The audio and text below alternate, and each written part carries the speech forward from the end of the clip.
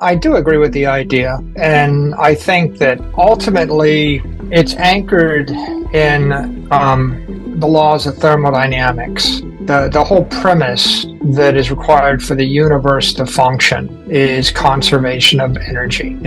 First you have to have the existence of energy, and then you have to have the conservation of energy. And in the Bible, the first thing we remember is God says, "Let there be light," right?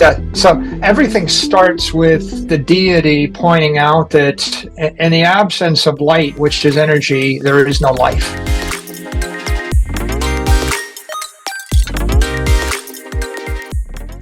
Hello guys, and welcome to another video of Crypto Money Talk. So energy is fundamental, but conservation of energy is what makes the universe rational. It's what makes it work.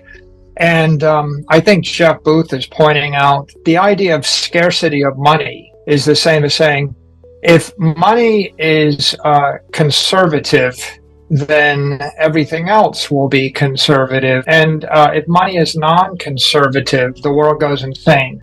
And I think the examples there that kind of pop up are a commodity without energy is a coupon, right? If I have a dozen eggs and I take the eggs away and I replace it with a sheet of paper or a text message, and I send you a text message saying, "This is good for a dozen eggs." Now, I've created a coupon, but I don't have a commodity anymore. Now, the problem is you might forward the text message to 1 million of your friends, and now you have 1 million text messages that are all coupons, but you don't have the eggs that equal the coupons, right? And so that's an example of non-conservative money, right? Money without energy is credit.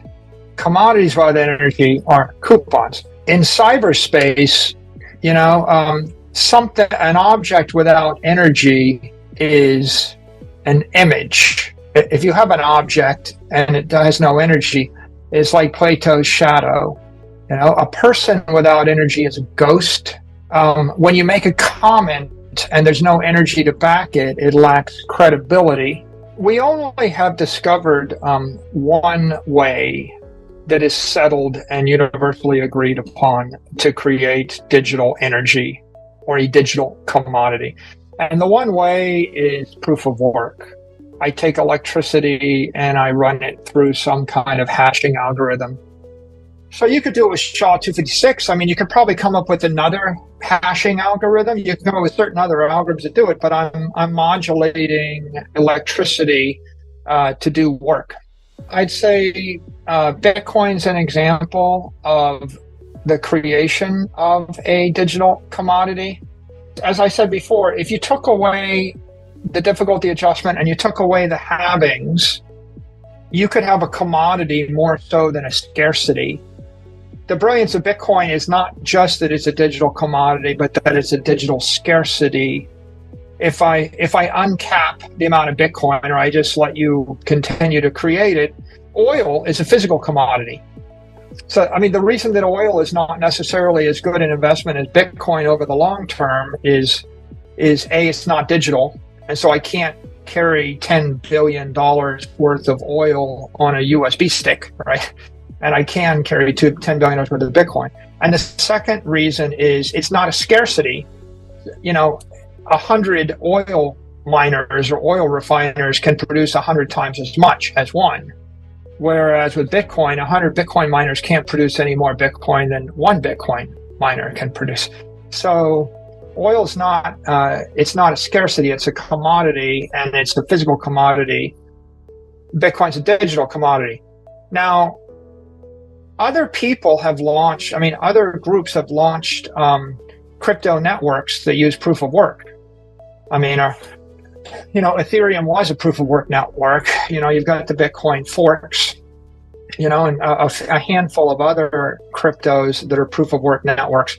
That might make them an ersatz or an architectural digital commodity.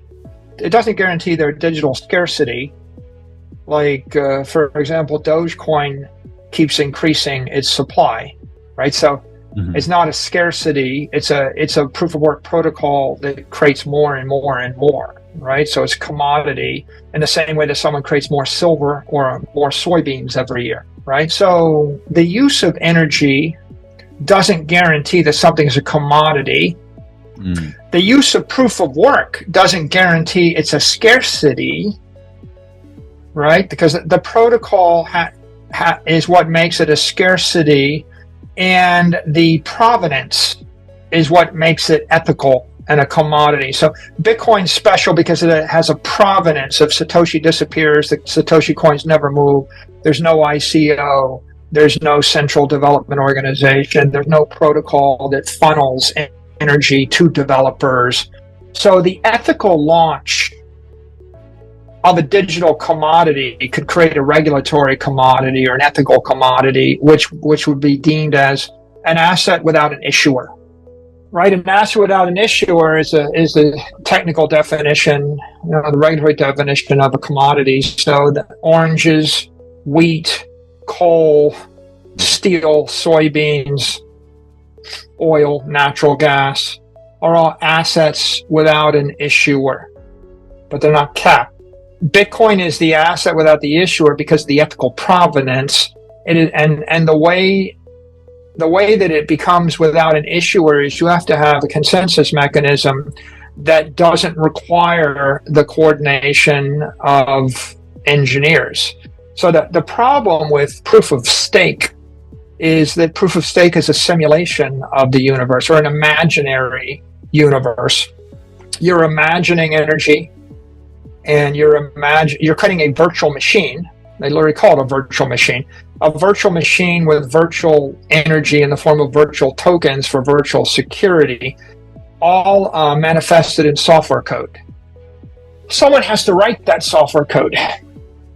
And if you write that software code and you keep changing it over and over and over again, then you've got this problem, which is how can I continually change the software without someone having influence over the software? Yeah. You, in essence, have created a software company. So with Ethereum, the Ethereum Foundation is a software company. There's a lot of software engineers that have to write the software. They have to be paid. Someone has to budget for the payment of the engineers. A person that's a passionate investor will own them because they're trophy assets that they simply wish to own, to say they own them for their own personal purposes. And the rest of the monetary energy really ought to be in a Bitcoin network because it's a pure index of the economy without counterparty risk, without execution risk, without credit risk, without debasement and political risk, without the tax risk, et cetera, and political risk. That's why that makes sense. And that means that the top is more than 100 trillion. It's somewhere between 100 trillion, 300 trillion in today's money.